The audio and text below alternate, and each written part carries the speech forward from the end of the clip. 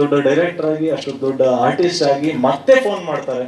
ಮತ್ತೆ ಫೋನ್ ಮಾಡಿಬಿಟ್ಟು ಅದೇ ಸಿನಿಮಾ ಬಗ್ಗೆ ಆಗಲಿ ಇದ್ರ ಬಗ್ಗೆ ಆಗಲಿ ತುಂಬ ಪಾಸಿಟಿವ್ ಆಗಿ ಹೇಳ್ತಾರೆ.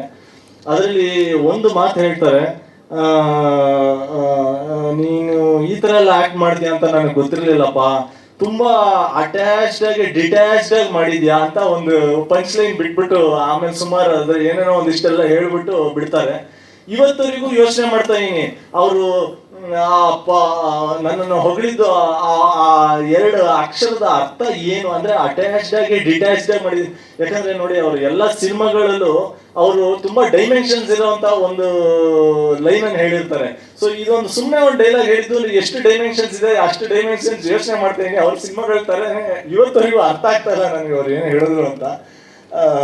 ಬಟ್ ಥ್ಯಾಂಕ್ಸ್ ಸರ್, ಅಷ್ಟು ದೊಡ್ಡ ಡೈರೆಕ್ಟರ್ ಆರ್ಟಿಸ್ಟ್ ಆಗಿ ನಮ್ಮಂಥ ಯಂಗ್ಸ್ಟರ್ಸ್ಗಳಿಗೆ ಫೋನ್ ಮಾಡಿ ಒಂದು ಅಪ್ರಿಷಿಯೇಟ್ ಮಾಡಿದಾಗ ನಮ್ಗೆ ಇನ್ನೂ ಏನೋ ಮಾಡಬೇಕು, ಇನ್ನೂ ಹುಮ್ಮಸ್ ಬರುತ್ತೆ, ಇನ್ನೂ ಎನರ್ಜಿ ಬರುತ್ತೆ.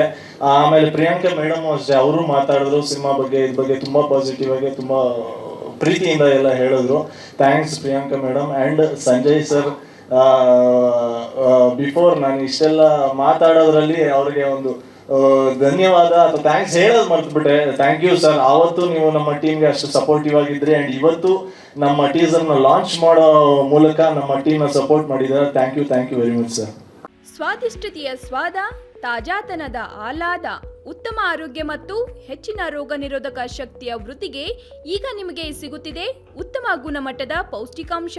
Shri Vaidik millet health mix, ಇದು ಸಿರಿಧಾನ್ಯಗಳ ಸಂಪತ್ತು.